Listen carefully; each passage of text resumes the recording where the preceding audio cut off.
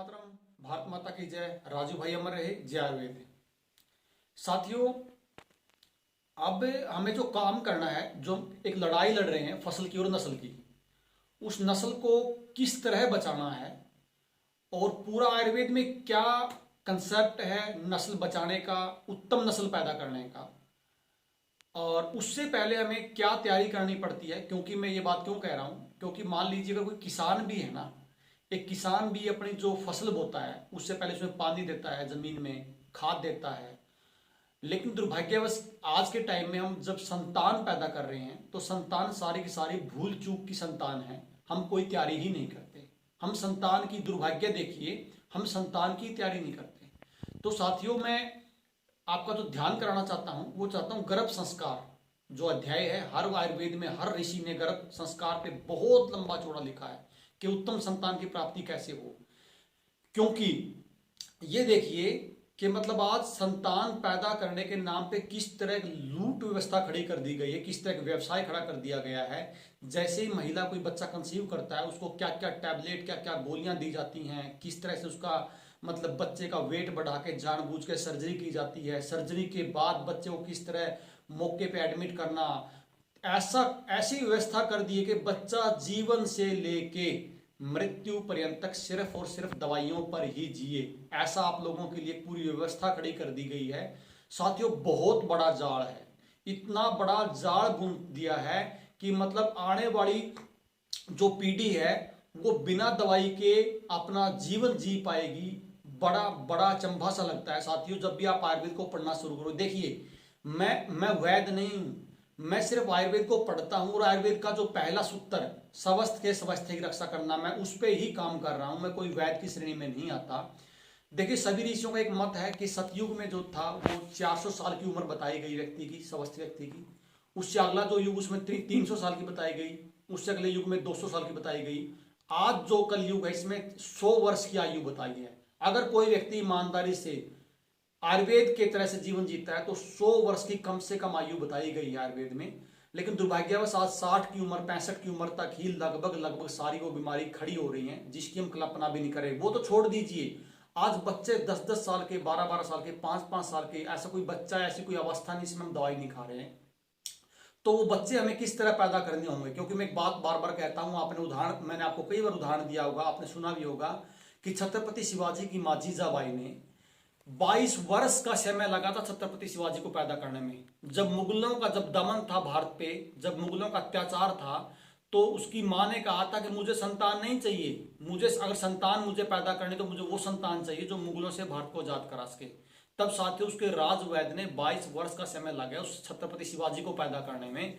और उस इतनी बड़ी आयुर्वेद की, इतनी बड़ी उस समय की इतनी टेक्नोलॉजी के वो 22 वर्ष में वो छत्रपति शिवाजी पैदा किया और उसने पूरे भारत पे शासन किया। और बहुत तक लगभग वो लड़ते लड़ते पानीपत तक आ चुका था। लेकिन दुर्भाग्यवश उसकी अकाल मृत्यु ने उसको मतलब काल के ग्रास में समा गया और वो जो काम करना चाहता था पूरा नहीं कर पाया। लेकिन उस उत्तम संतान की प्राप्ति दोबारा हम किस तरह करेंगे उसका हम आज से एक पूरा इस पे शुरू करने जा रहे हैं। लेकिन उससे पहले जो मैंने कहा तैयारी में किस तरह हमें तैयारी करनी है शरीर की, किस तरह मतलब जो पति पत्नी को तैयारी करनी है, उससे पहले आपको थोड़ा सा आयुर्वेद को सीखना पड़ेगा। मुश्किल काम नहीं है। मैं कहता हूं आयुर्वेद कृषि शास्त्र से भी आसान है लेकिन कठिन भी है। आपको सिर्फ आसान वाला पार्ट सीखना है, कठिन वाला छोड़ देना है। तो उसकी एक छोटी सी बात, जो पहला जो सबसे बड़ी समस्या जो आती है कि व्यक्ति एक सब धातु का विज्ञान है, वो आगे पढ़ेंगे अगले अध्याय में, अगले पार्ट में पढ़ेंगे। लेकिन सब धातु के पार्ट से भी पहले आज जो एक सबसे बड़ी समस्या जो आ रही है कि हम सारी चीज करते हैं, हम योग भी कर लेंगे, हम खाना भी अच्छा कर लेंगे, हम सब कुछ कर लेंगे, लेकिन उससे पहले हमें क्या करना कि ताकि वो एक मूल चीज जो है दिनचर्या की, उस दिनचर्या को किस तरह हमें समझना है। वो जो सबसे पहले दिनचर्या पढ़ेंगे, उसके बाद ऋतुचर्या पढ़ेंगे, सब धातु का विज्ञान पढ़ेंगे, फिर गर्भ संस्कार पढ़ेंगे। क्योंकि अभी गर्भ का कोई समय भी नहीं है। तब तक हम गर्भ का समय आएगा, बच्चा को मतलब कंसीव करने का समय आएगा 2-3 महीने बाद, तब तक हम ये श्रृंखला पूरी कर चुके होंगे। तो साथियों, सबसे पहले जो शर्त है उठने का जो सबसे पहले नियम है, आज आपको उसको समझना पड़ेगा। क्योंकि जब तक आप समझोगे नहीं तो बात नहीं बनेगी। मैं ऐसा क्यों कह रहा हूं कि मान लीजिए आपने बच्चों को कहा है कि बेटा आपने सुबह जल्दी उठना है, अगर वो पूछेगा मैं जल्दी क्यों उठूं, हमारे पास कोई जवाब नहीं होगा। तो साथियों, जल्दी उठना क्यों है, मैं उसके लिए आपको मैं थोड़ा सा यहां लेके जाऊंगा। आप जब भी पुराना भारत रहा है, तक्षशिला या नालंदा विश्वविद्यालय, जब दुनिया के जो लोग थे भारत में चिकित्सा विज्ञान सीखने आते थे, तब का ये एक हमारे गुरुजी ने कि आपको दिख रहा होगा, एक कैलेंडर टाइप बना के दिया हुआ है। इसमें मुख्य 12 अंग हैं। 12 अंगों की 12 ऑर्गन थ्योरी इसको बोलते हैं आयुर्वेद में। ये 12 मुख्य अंग हैं। इसमें सबसे पहले मैं बात करूंगा, यहां पे आ जाइए आप, बड़ी आंत की। बड़ी आंत पे बात करेंगे, चर्चा करेंगे। सुबह हमें क्यों उठना चाहिए, इसका समय लिखा है 5 से 7 का समय लिखा हुआ है। तो साथियों 5 का 7 का समय तब लिखा हुआ है जब मान के चले कि 5 बजे दिन निकल जाता है। तो हमें सुबह जल्दी उठना क्यों है, उसके बारे में 2 मिनट की चर्चा करेंगे। देखिए, जब भी क्या है, जो बड़ी आंत है उसका मतलब जो 12 अंग हैं, इनका हर अंग का 2 घंटे का पीक पे काम करने का टाइम होता है। 24 में से माने 2 घंटे एक अंग के हिस्से आते हैं। जो 12 अंग हैं, हर अंग 2 घंटे पीक पे काम करता है, फिर उसका काम का जो मोशन है स्लो हो जाता है। तो जो बड़ी आंत है उसका काम करने का टाइम लगभग जो है सुबह 5 से लेके 7 बजे तक का है। वो अपनी रिपेयरिंग भी करेगी उस समय, मैं मोटा मोटा आपको आयुर्वेद बताता हूँ, वो अपनी रिपेयरिंग भी करेगी। अब होगा क्या, वो अपना काम तब करेगी जो उस समय से पहले वो खाली होगी। देखिए, मल क्या होता है, मल जब इकट्ठा होता है बड़ी आंत में इकट्ठा होता है। तो इसमें जो सुबह उठने का नियम, देखो ऋषियों ने इतनी पहले परंपरा व्यवस्था क्या बनाई कि आपको जो उठना है वो सूर्योदय से पहले उठना है, 1 घंटा पहले कम से कम उठना है।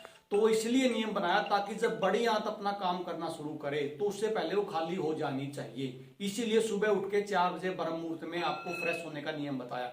आप 4 बजे नहीं उठ पाते, कम से कम जब भी दिन निकले उससे 1 घंटा पहले आपने पेट साफ कर लेना है।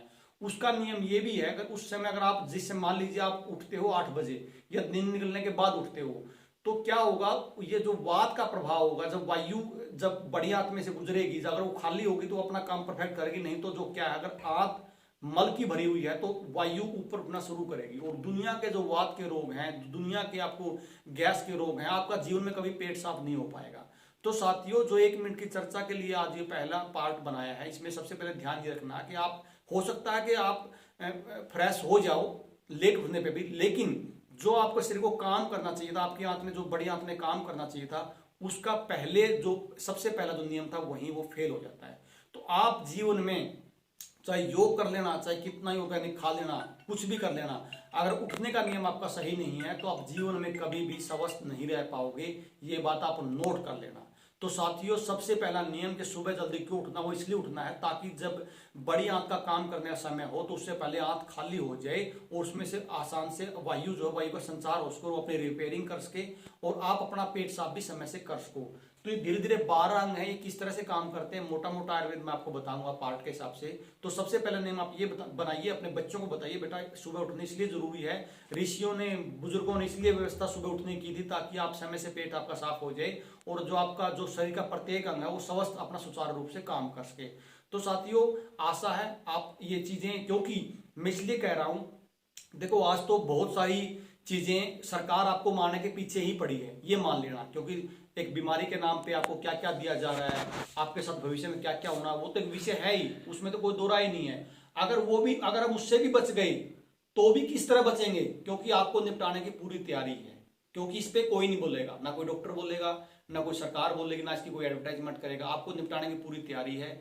अगर इससे भी बच गए आप तो भी आपको निपटाने की तैयारी, क्योंकि आपके जीवन में इतना उथल पुथल मचा दिया है कि आपका बचना मुश्किल सा लग रहा है। तो साथियों, सबसे पहले बैठ के दिनचर्या पे चर्चा करेंगे, क्यों दिनचर्या जरूरी है, उस अगला पार्ट, बाकी पार्ट उसके अगले आएंगे। और हम पूरा लास्ट तक जो गर्भ संस्कार तक का है, बच्चे को स्वस्थ बच्चा किस तरह पैदा करना है, तो आज से जो दंपत्ति स्वस्थ बच्चा पैदा करना चाहते हैं वो नोट कर लें कि सुबह सबसे पहले उठने का नियम आपने ये बनाना है कि सूर्योदय से 1 घंटा पहले उठना है। बाकी आपको जो भी लगे, आपको योग करना है, जो प्राणायाम करना है, वो बात की बात है, लेकिन उठने का सबसे पहले नियम आप बना लीजिए।